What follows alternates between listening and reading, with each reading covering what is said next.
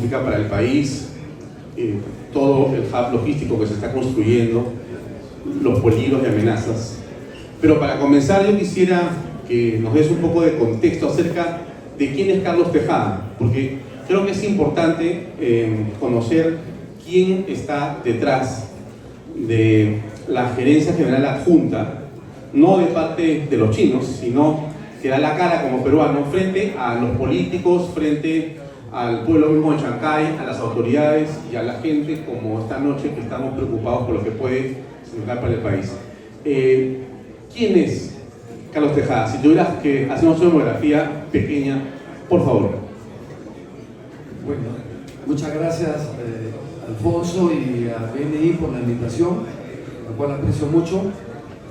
Yo soy un oficial de Marina en situación de retiro y muy orgulloso de pertenecer a la Marina de Grau. Ingresé a los 15 años a la Marina, me recibí de 19 años como alférez fragata porque hubo un proceso de acelerada, en vez de hacer 5 años, hice 4 años, y Dios me bendijo con la oportunidad de desarrollar mi carrera hasta asumir el cargo de comandante general de la Marina durante casi 3 años, en el año 2012, 13, 14, y tuve el honor de 2 cosas.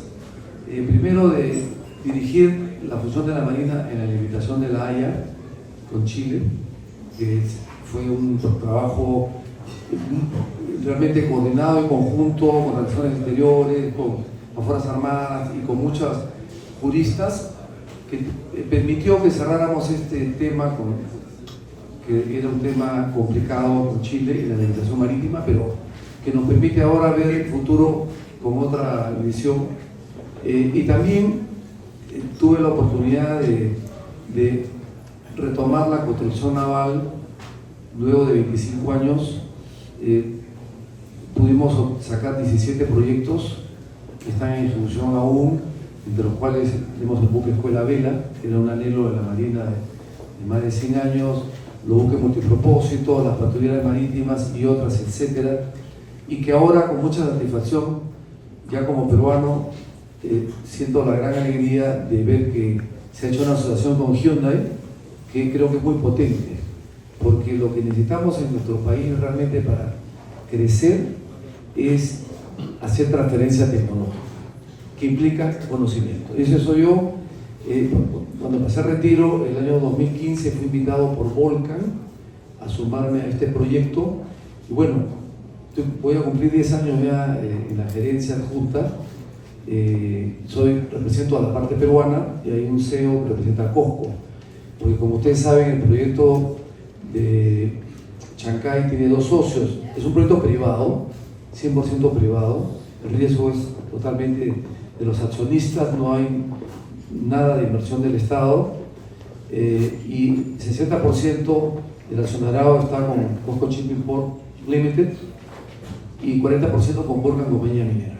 Así que eso es un poco un resumen corto de mis 41 años en la Marina.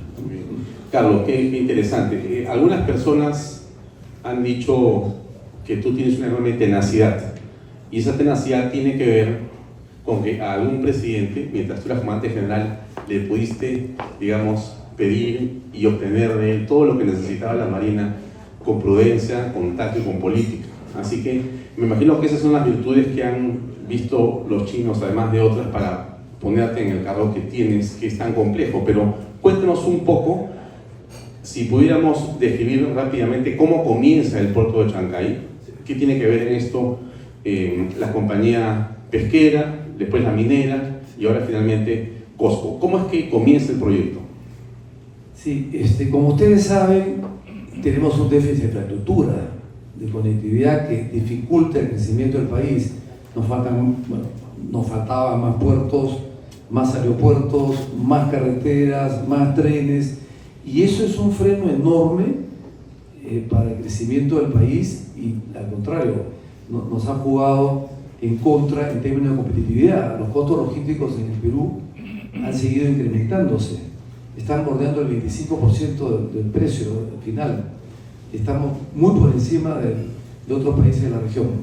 Bueno, el año 2007 El almirante Juan Ribaudo, que yo conocía mucho tiempo, fue mi jefe, mi amigo, era dueño de la pesquera Diamante, era propietario de la zona donde está haciéndose el puerto, tenía una pesquera, y quiso hacer un varadero para mantenimiento de su flota industrial.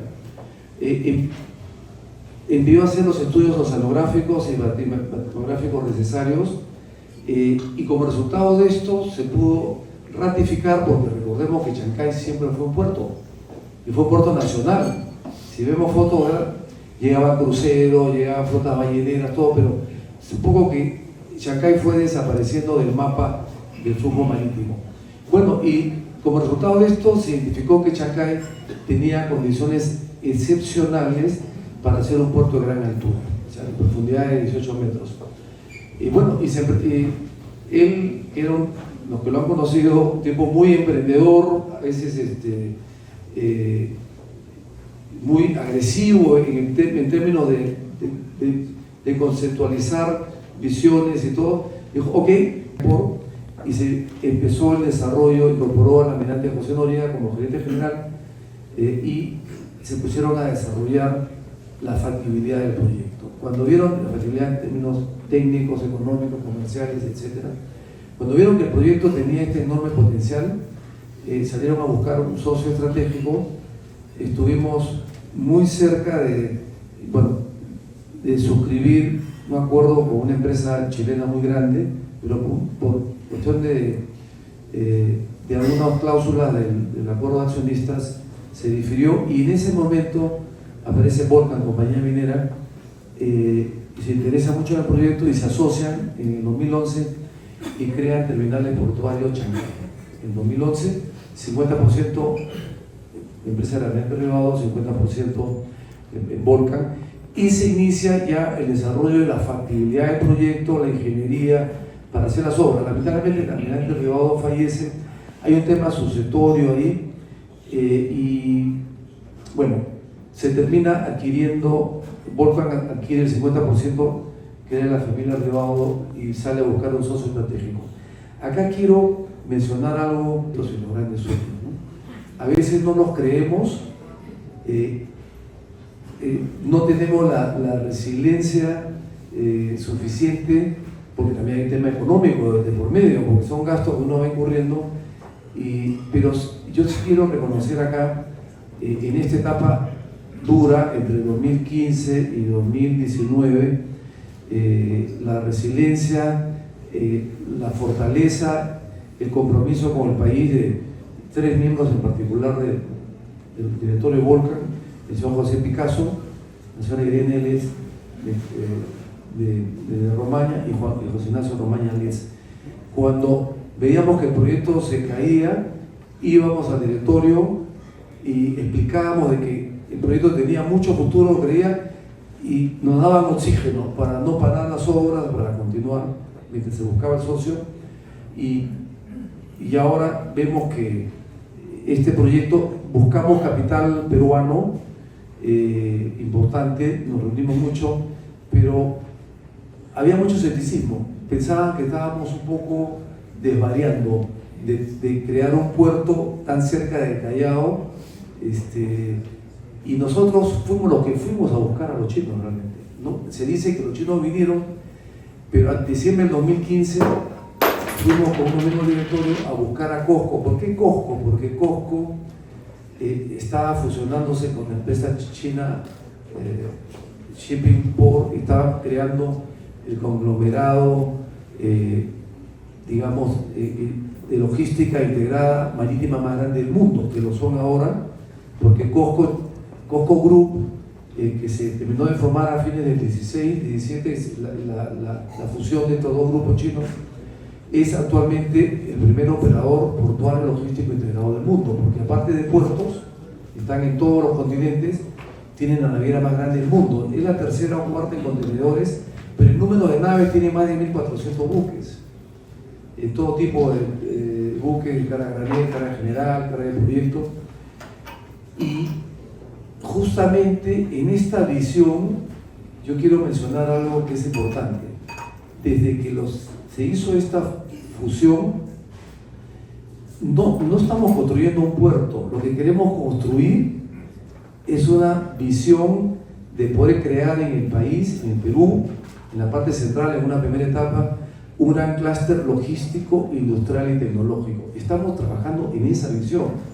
El puerto es un primer componente de esta visión, y si me preguntas más adelante cómo lo pensamos hacer, con gusto explico. Estamos contentos porque el puerto está, pero nos falta una serie de cosas que yo puedo mencionar. Adelante, por favor. Bueno, lo que pasa es que nosotros como peruanos a veces fallamos y no tenemos resiliencia de hacer realidad. Está contando hace Juan poco. Carlos Wu, de que a veces los sueños son complicados, y bueno, de manera particular yo le agradezco a mis padres que me crearon mucho en valores y en educación como objetivo de valores, educación y solidaridad. Yo tengo una familia muy católica, soy practicante de mi familia, y sí creo mucho en la solidaridad como elemento de crecimiento personal y como elemento de crecimiento de la sociedad. Si nosotros fuéramos más solidarios, creo que el Perú sería distinto. Entonces, creo mucho eso y siempre lo voy a impulsar en los momentos que pueda. Pero el Perú es un país bendecido, realmente. Somos un país bendecido en recursos naturales. Tenemos pesca, minería, agroindustria. Tenemos importantísimos recursos hídricos y forestales en la Amazonía que no hemos sido capaces de integrar a la cadena de valor, porque no nos hemos integrado al país. Y dos, tenemos una posición geoestratégica envidiable en la costa del Pacífico Sur. Tres, somos vecinos de Brasil, que Brasil es una economía que sigue creciendo. Este año ha ingresado a ser la 8ª economía del mundo, ha superado a Italia y otros países, y tiene un plan de crecimiento de duplicar al año 2035 su frontera agrícola, duplicarla, llevarla a 500.000 millones de toneladas. Entonces, y cuarto, ¿por qué es posible? Estos son elementos fundamentales, pero ¿cómo es posible de que creamos un clúster logístico, industrial y tecnológico? Por el socio. Este socio es el quinto elemento, le agrega el valor que faltaba para que esta visión se pueda hacer una realidad. ¿Y qué consiste esto? En que nos insertemos en las cadenas globales de valor, que no nos quedemos en exportar recursos naturales, que es lo que el 93% de lo que exportamos es materia prima, harina de pescado, minerales a granel, agroindustria, pero solo un 7% de lo que exportamos tiene valor agregado, y no tiene razón. Entonces lo que se busca ahora acá es que se cree un gran clúster industrial logístico en la zona central del Perú y que después se pueda replicar en el norte, entre Paita, Bayóvar, Salaverry, y que también aspiremos que se cree en el sur, porque Brasil es un país tan grande que podemos ser el puente de Brasil hacia el Asia por los 3 ejes. Estamos empezando por la zona central. Entonces, eso es lo que estamos trabajando y se requiere, primero, tener infraestructura portuaria de primer nivel. Gracias a Dios, la Ley de Sistema Portuario Nacional funcionó en el Perú. Hace 20 años, nuestra infraestructura portuaria era pues no de las mejores de Latinoamérica. Gracias al Sistema Portuario Nacional se han modernizado los puertos del Perú con inversión 100% privada. El Estado no ha invertido un sol, ya sea por el mecanismo de concesiones, Callao, Dipibora, PM, ya sea por el mecanismo de asociación pública-privada, donde el Estado da el terreno, pero la inversión la hace un privado, como esta última inversión de Jinsao, de San Juan, o inversión 100% privada, como en nuestro caso. Entonces, con el puerto de Chancay, las inversiones que ha hecho Dipibora y que se han inaugurado hace un par de semanas, debemos sentirnos realmente orgullosos como peruanos que el Perú en noviembre va a tener la infraestructura portuaria más moderna de toda Latinoamérica. Eso nos debe dar de orgullo.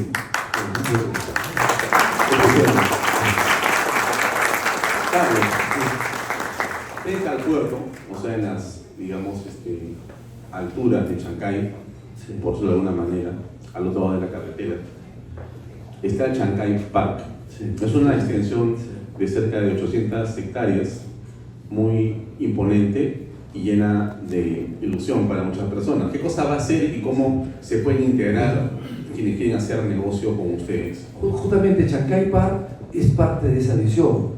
En realidad hablé de la primera, estructura portuaria. El segundo es crear zonas económicas especiales para que podamos recibir transferencia en tecnología y que le agreguemos valor a lo que exportamos. Que no exportemos litio a granel, sino hagamos baterías.